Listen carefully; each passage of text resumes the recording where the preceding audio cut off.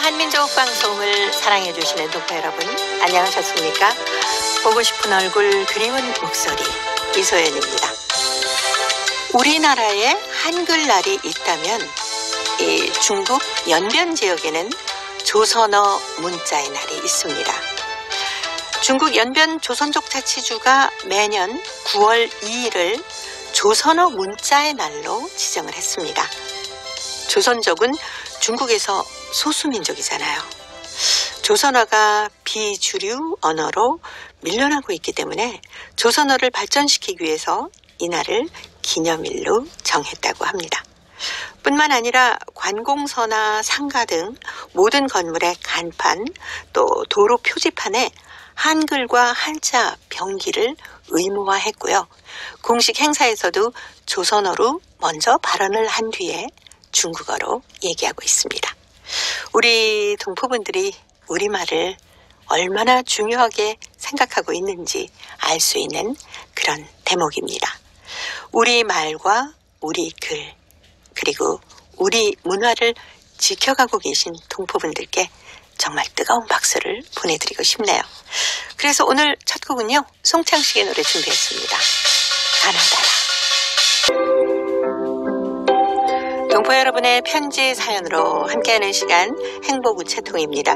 수요일의 편지 손님 동포 세계신문의 김용필 대표와 함께하겠습니다. 어서 오세요. 네, 안녕하세요. 자, 오늘이 중국 연변에서 조선어 문자의 날로 정했습니다. 네. 참 뿌듯하기도 하고 우리 말과 글을 지켜가고 계신 동포분들께 다시 한번 감사합니다라고 인사드리고 싶어요. 네.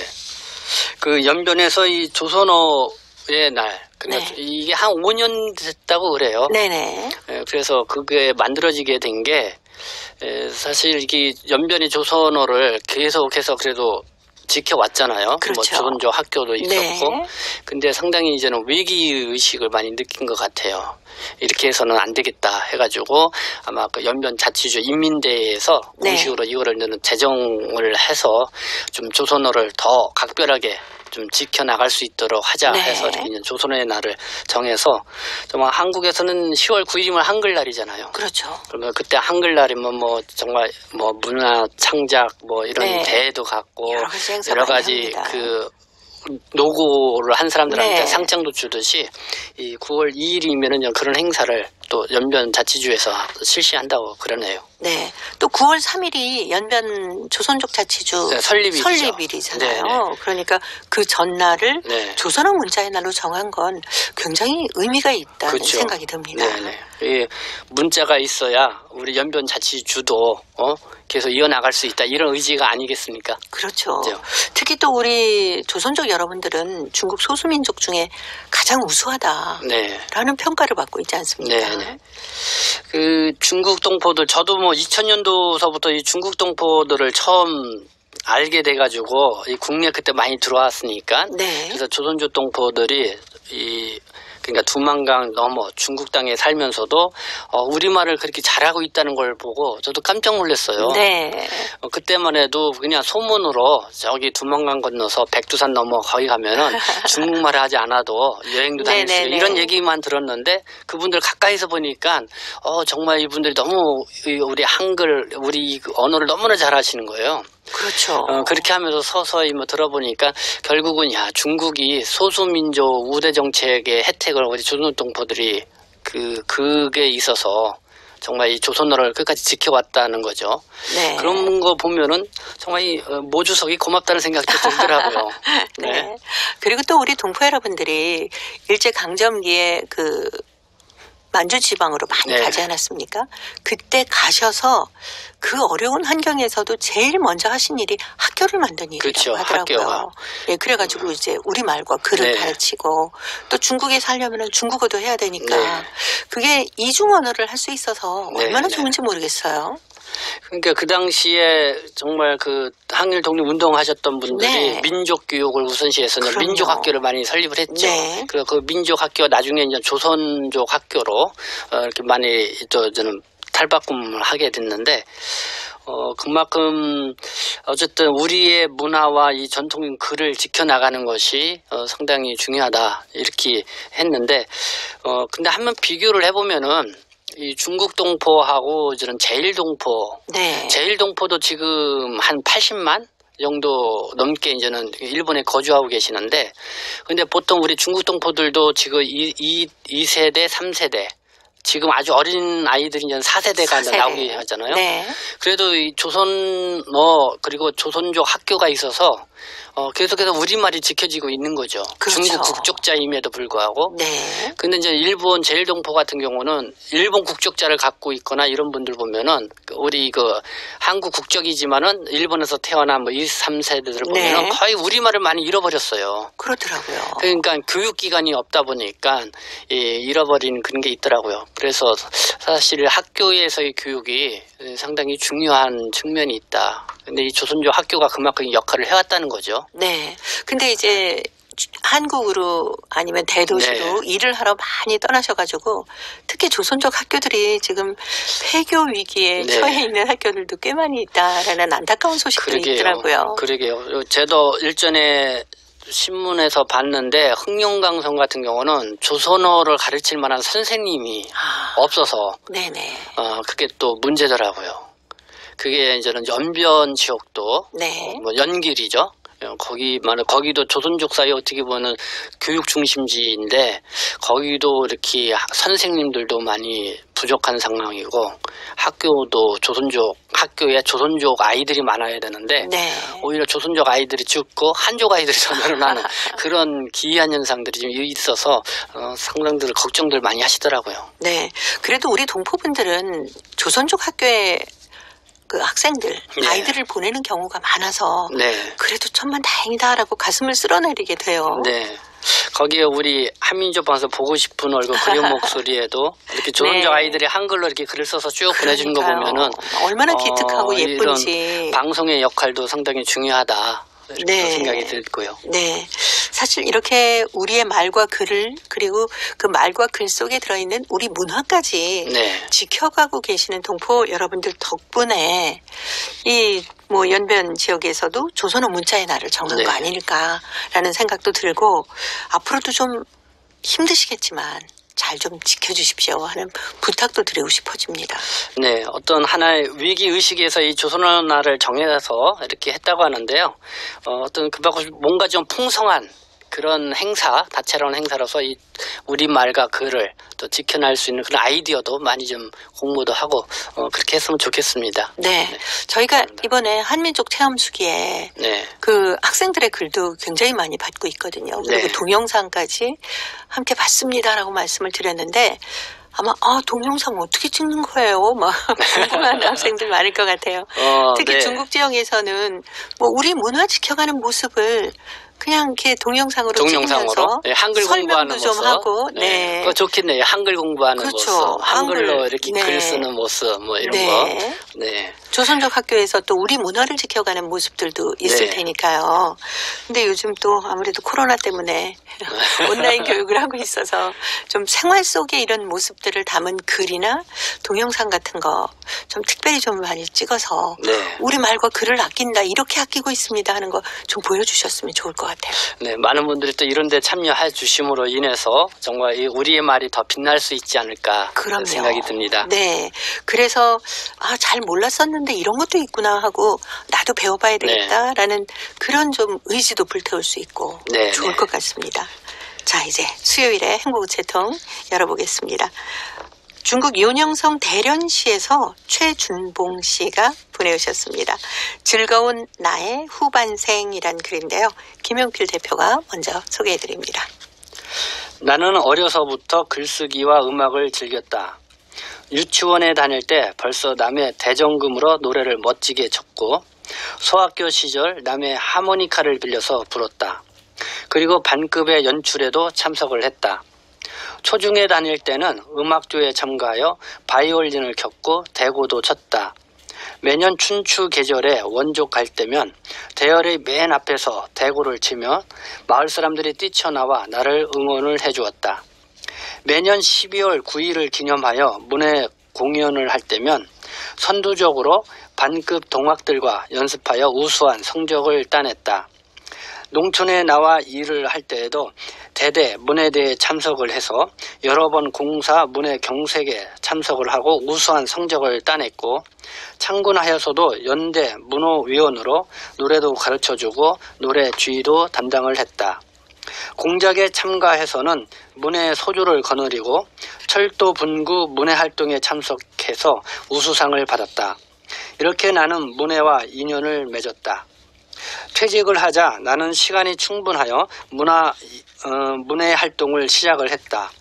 내가 시골에 이사 갔을 때 나는 그곳 아이들에게 공부도 가르쳐주고 그곳 아이들이 모두 다 나를 선생님이라고 호칭을 했다. 나는 글쓰기에도 흥치가 많았다. 2001년 내가 내부 퇴직하고 시골에 있을 때였다. 한국 방송을 듣다가 보고 싶은 얼굴 그리운 목소리에서 해외 조선족들의 원고를 접수하는 것을 알게 되었다. 그리하여 그때부터 한국 방송에다 투고를 시작을 했다. 내 글이 우수작으로 뽑힐 때마다 한국 돈으로 5만 원씩 상금을 받았다. 해마다 진행하는 북방동포 체험 수기에서 우수작으로 선정되어 할빈에서 진행되는 시상식에 참가를 하였고 상패와 상금까지 받게 되었다. 나는 또 연변축구협회와 연변자치구 선전부에서 모집하는 나와 연변의 축구 글쓰기에 참석을 해서 우수상을 받았다. 특히 나는 나의 아버지를 추억하여 란 글을 써서 한국 방송국에서 내가 이야기를 취재를 하기도 했었다. 퇴직한 후 나는 퉁소 전자풍금을 배우기 시작했는데 2017년 전국 조선족 퉁소 연주에 참가를 하여 집체 우수상도 탔다. 그 외에도 용정 노년대학 문예대에 참가를 하였고 몇십 차례 되는 공연 연출에 참가하는 영예도 지녔다. 지금은 보고 싶은 얼굴 그리운 목소리가 나의 동반자가 되어서 매일 방송을 듣고 재미있는 글도 써보내면서 풍부한 문화생활로 즐거운 만년을 보내고 있다. 네, 최준봉 선생님께서 보내주신 즐거운 나의 후반생이었습니다. 사실 이렇게 뭐 하시던 일에서 정년퇴직하시고 나서 네. 좋아하는 일 하면서 학생들도 가르치고 정말 즐겁게 사시는 것 같아요. 그러신 분들이 동포분들 더러 많이 계세요. 네. 그러니까 이제는 생계를 위해서 이제는 생업을 쭉 살아오시다가 이제는 자녀들도 시집장가 다 보내고 그렇죠. 그래서 이 젊었을 때 하고 싶었는데 못했던 부분, 네네. 그리고 좀 재능이 있었지만은 좀 이렇게 잘 가꾸지 못했던 분들이 이렇게 이제 은퇴하고 나서 그 재능을 본격적으로 갈고 닦아서 더 네. 멋지게 사시는 분들이 뭐 주변에 이렇게 보면 있더라고요. 네. 특히 또 최준봉 씨께서는 글을 잘 쓰시는 것 같아요. 보니까 네, 굉장히 여러 가지 상도 받으시고. 네. 그게 글뿐만 아닌 것 같아요. 네. 악기도 보니까 대정금이 대금인지 이거 정확히는 모르겠는데 이것도 있죠. 하모니카도 부시죠. 네. 바이올린에 대고 악기도 여러 가지 다루시고 아주 문예 쪽으로 상당히 뭔가 좀 타고나신 기질이 있으신 것 네. 같다는 생각이 듭니다. 네. 근데 이 글 속에서 보니까 원족을 가는 게 소풍 가는 거 아닙니까? 네. 그렇죠. 원족 갈 때 대열의 맨 앞에서 네. 대고를 쳤다라고 했는데 참 재미있는 풍경 같아요. 맞아요. 저희들도 네. 초등학교 때까지만 해도 소풍 가면은 이 반별로 아이들이 쭉 줄 서가지고 그렇죠. 이렇게 가잖아요. 네. 그러면은 이제 먼 산까지 가면은 이제 앞에 이렇게 이제는 악기 같은 거를 하고 이렇게 장구를 치고 이렇게 하고 네. 그 시골에는 그 전에도 그런 게 있었어요. 네. 대고를 치고 막 네. 소풍 갈 때. 근데 아마 네. 중국 쪽에서는 오히려 그런 부분들이 더 이 학교 다닐 때서부터 아마 그런 문화가 좀 강하게 있었던 것 같아요. 네. 이게 바로 우리 문화를 지켜가는 일 아닙니까? 네. 네. 대고를 치면서 소풍 가면 그 동네 분들이 나와서 막 박수도 보내주시고. 지금 생각만 해도 그 원족 가는 날이 얼마나 즐거웠을까라는 생각도 들고, 그리고 지금도 노년대학 문예대에 참가해서 네. 공연 연출에도 참여를 하고 계시다고 하니까 얼마나 또 이렇게 즐겁게 사시니까 건강하신 거 아닙니까? 그리고요, 또 퇴직한 후에는 퉁소, 또 전자풍금도 배우기 시작을 하셨다고 그러잖아요. 넌 참 배움에 대한 열정도 대단하신 것 같고. 네. 보고 싶은 얼굴 그리운 목소리 할빈에서 시상식 때 만났던 기억이 저는 아주 생생하거든요. 네. 네. 마치 좋은 글도 많이 보내주시기 때문에 보고 싶은 얼굴 그리운 목소리에 뭐 가족 같은 분, 네, 뭐 네. 이런 생각이 듭니다. 어떤 우리 보고 싶은 얼굴 그리운 목소리에 이렇게 애청해 주시는 분들은 참 재주꾼들이 많으신 것 같아요. 그렇죠. 맞아요. 네. 네. 방송 들으시면서 글쓰기 공부도 하고 또 즐겁게 보내시기도 하면 네. 얼마나 건강에도 좋고 또 가족들과 얘기를 나눌 수 있는 기회도 많아지니까 좀 방송도 많이 애청하시면서 좋은 글들도 많이 써서 네. 보내주셨으면 좋겠습니다. 올해도 그 북방 한민족 체험수기 네. 접수하잖아요. 그렇죠. 지금 계속 받고 있거든요. 네, 최준범 선생님도 이번에도 아주 멋진 좋은 글도 보내주시면 고맙겠습니다. 네, 아마 많은 분들이 지금 글을 다듬고 계실 것 같은 네. 시간입니다. 내가 이렇게 써놨는데 한 번 더 보고 이 부분은 이렇게 좀 고쳐봐야 되겠다. 네. 이 부분은 이러면 어떨까. 그 주변에 계신 분들에게 읽어드리면 네, 네, 그게 그렇죠. 제일 좋은 방법이라고 그러더라고요. 그렇죠. 네. 그러니까 제가 쓴 글을 한번 읽어보고 또 가까운 분한테 내가 이거 썼는데 들어보니까 어때? 그렇죠. 자꾸 이렇게 네. 자문도 구해보고 읽을 때 편안하게 듣고 이렇게 하면은 그게 참 잘 쓴 글이에요. 그렇죠. 네. 네, 쉽게 이해할 수 네, 있게. 네. 네. 근데 써놓고도 잘 이해가 안 되고 뭔가 이렇게 물 흐르듯이 흘러야 되는 막힌 게 있으면은 그런 네. 데는 이렇게 좀 다듬어주면 괜찮습니다. 네. 최준봉 씨처럼 즐거운 후반생을 사시면 100세는 틀림없습니다. 이해란이 노래합니다. 100세 인생.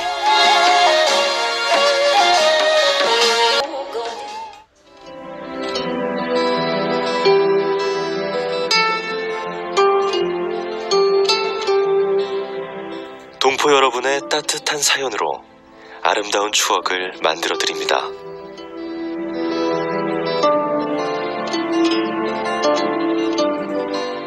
보내실 곳은 대한민국 서울특별시 영등포구 여의공원로 13 KBS 한민족방송 보고 싶은 얼굴 그리운 목소리 담당자 앞이고요. 인터넷 주소도 알려드립니다. KBS 홈페이지 www.kbs.co.kr에 접속하신 다음 라디오, 한민족방송, 보고 싶은 얼굴 그리운 목소리를 순서대로 클릭하신 다음 청취자 참여 코너에 글을 남기시면 됩니다.